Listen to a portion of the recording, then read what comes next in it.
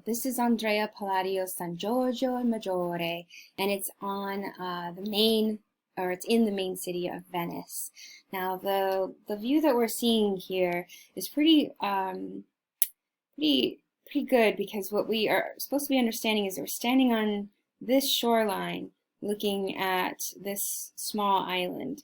It's directly across from the main city center of Venice, and so it has, well, location, location, location. Everybody going in and outside of the city is going to see this fantastic church. Now, this church had already been built, and it had no face, no front.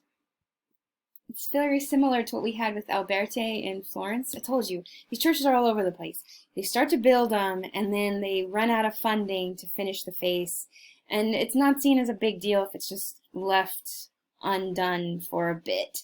So Venice wants to hire Palladio to finish it. It makes sense. It's something everybody's going to see coming in and out of Venice. So they hire him to finish the facade, and he also will unify the interior, but we're not going to look inside.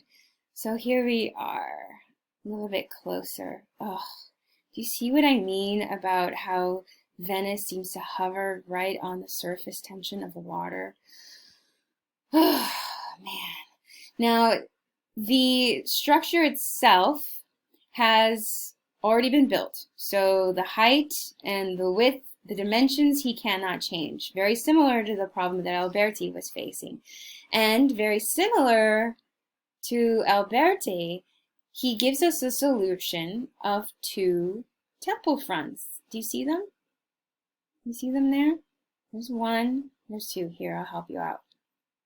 He has one broad temple with a pediment and columns. And then using that exact same rectangle, he flips it up. See that? And he makes a tall or a high temple. Now, you might be immediately thinking, and it's a fair thought because I thought the same thing when I was a student, what happened to the perfect circles and perfect squares? Very good question. I had the same question. It doesn't really matter in that it's balanced. It's just like how we saw with Raphael and that long horizontal band of figures balanced out by the long band of that vertical architecture. So it's not perfect circles and perfect squares, but it is giving us this movement. That's good. See? Look at that. Nice. Now let's get in a little bit closer. So he uses the width of the church to set the broad temple, and then he uses that with the help of those statues to give us the height of that temple front. And then if you notice, the two temples, they have two different types of temple fronts. Huh? The broad temple, the wider one, look at the columns are flat. See that? Whereas the high temple has these very full, round columns. Now that doesn't have, that's not without precedence. Look in this Greek temple front. We have the flat supports and the round columns. Sure, sure, sure. So it is a Renaissance after all. But what's really playful about Palladio, and something that I like to credit to the Renaissance in Venice versus in the mainland Italy, is that there's this sense of dimension and play on space. Huh? It looks as if the front can be fluctuating in and out. There's a tall and a broad.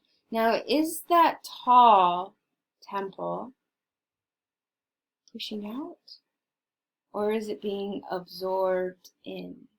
If we were to stand here in front of it, we would see it and be like, oh, flat and then round, coming closer, and then flat again. So it seems to push into our space and then pull back. So there's this kind of playful Venetian, playful use of space. And that's it for this bonus video of Palladio.